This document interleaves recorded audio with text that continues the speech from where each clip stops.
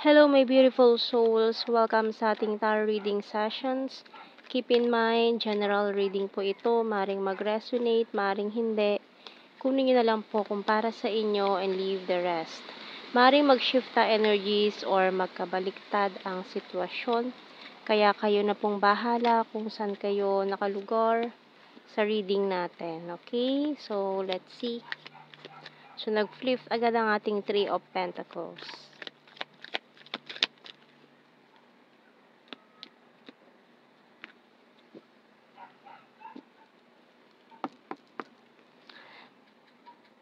And we also have the Two of Wands, Temperance, the Knight of Wands, Three of Cups, Chariot card, Tower, and the Empress. So, may mga signs tayo dito, specific signs ng Sagittarius, Cancer, and Libra. Bottom card natin, Five of Swords. Okay, so may nakatingin sa malayong, maaring you are thinking of a person na nasa malayong lugar. Or pwede magkabaliktad, pwedeng iniisip ka nitong taong ito na nasa malayong lugar. So, maring yun ang mga signs niya, Sagittarius, Cancer, or Libra, or maring ikaw yon ang signs na nakuha dito. So, nagkaroon kayo ng conflict kasi nitong taong to, or maaaring hindi siya naniniwala sa long distance. Kaya parang umiwas siguro, or long distance relationship na hindi nag-work out dahil malayo kayo sa isa't isa, nahihirapan kayo sa ganong setup. Kaya ang nangyari, parang may umiwas. Mas pinili yung trabaho or kung ano man to. So, we have 3-3 dito. Tingnan natin. Kasi parang mas matimbang, priority. Parang mas priority ang work. Hindi kayang mag-meet or halfway, ganyan. Kaya nagkaroon ng tower moment dito, Five of Swords, conflict, pagtatalo. Gumuho ang lahat ng pundasyon, nasayang lahat ang effort. Ayan. So, nakakapanghinayang, no? Once na nangyayari yung ganyan, na nasasayang yung pinaghirapan, yung effort na pupunta sa wala. Dahil parehas, parang may napagod, may nahirapan. So, we have here shovel, tide, ayan. Ground, tarot cards, shoes, and scissors. So, cut off communication. So, medyo matagal na kayong hindi nag-uusap. Maaring 3 months to 3 years na wala na kayong communication nitong taong to. So, yung bottom card natin, coins. Parang 2 of Pentacles energy. So, maaring nag-juggling between, or may pinili na malapit, no? Namili na lang siguro ng malapit, convenient para sa kanya, pero hindi yun nag-work out. So, kahit na may tao siyang pinili, ikaw yung iniisip nitong taong to. So, tingnan natin ano bang message ng Archangels. Kasi may something sa connection nyo, maaaring soulmate, twin flame, or kung ano man itong connection yun nitong taong to. Kaso natali siya sa isang relationship na mas pinili niya. Pero mukhang hindi rin nag-work out. Ayan, with the Tower card, gumuho din lahat, no? So, we have here, Remember Who You Are by Archangel Michael. You are a powerful, loving, and creative child of God. You are very loved. So, kahit ganon, ay hindi ka pinabiyaan ni Lord ng universe. Kaya may mga bagay pa rin na dapat ipagpasalamat.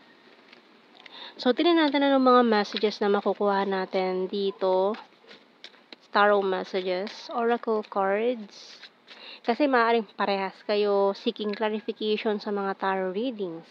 So, ayan, you're my destiny. Pero parang pinaglayo kayo ng tadhana.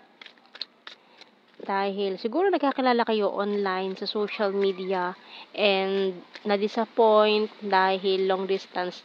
Yung iba parang nag-try naman na magkaroon ng relationship, pero yun na nga, hindi nag-work out dahil nahihirapan na long distance situation. We're compatible to each other. Feeling betrayed. Kasi ayan nga, may napiling iba para kasing yung isa parang inisip niya na hindi mag-workout to, harap na lang ako ng malapit. So, yun na nangyari. So, parang bumitaw. Pero, ayan, gusto niyang humingi ng tawad kasi parang hindi nga nag-workout yun eh. Powerful and discipline, working hard for our future. Kasi itong taon to, workaholic eh. Hindi niya yung kayang bitawan. Pero still, in love pa rin yung taong to sa'yo. May feelings pa rin siya sa'yo kahit na anong gawin niyang moving on. No? Iniisip ka pa rin niya. So, we have here giving up. So, kahit na nag-give up na siya sa'yo, give up niya na itong connection na to, still, hindi ka pa rin niya nakakalimutan. Or akala mo siguro, kinalimutan ka na nitong taong to. Pero hindi.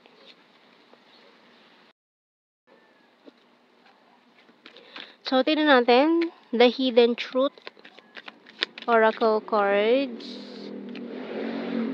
I'm starting to understand our connection. So, may something nga sa connection yun nitong taong ito na nung una talaga hindi niya to maunawaan, hindi niya maintindihan, ano ba tong meron kayo. Mas madali kasi para sa kanya na bumitaw kasi nahihirapan nga siyang i-figure out kung ano yun. And ngayon, parang nauunawaan niya na unti-unti. I know that I crossed the line with you. I hid who I really am from you. I love you unconditionally. It was my fault, but I blamed you. I hope that you can forgive me one day. I left when I saw you with someone, and I left you before you could leave me. Kasi iniisip nga niya, hindi mag-work out. Kaya parang, ayun, umiwas na lang siya.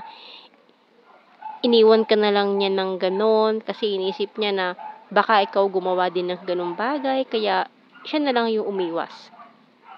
And maring ikaw din, nung nalaman mo na may iba na siya, umiwas ka na lang din sa kanya. So, parang ganun, bigla na lang kayo nawalan ng communication. And I will wait for a sign from you sa bottom card natin. So, kuha tayo ng initials.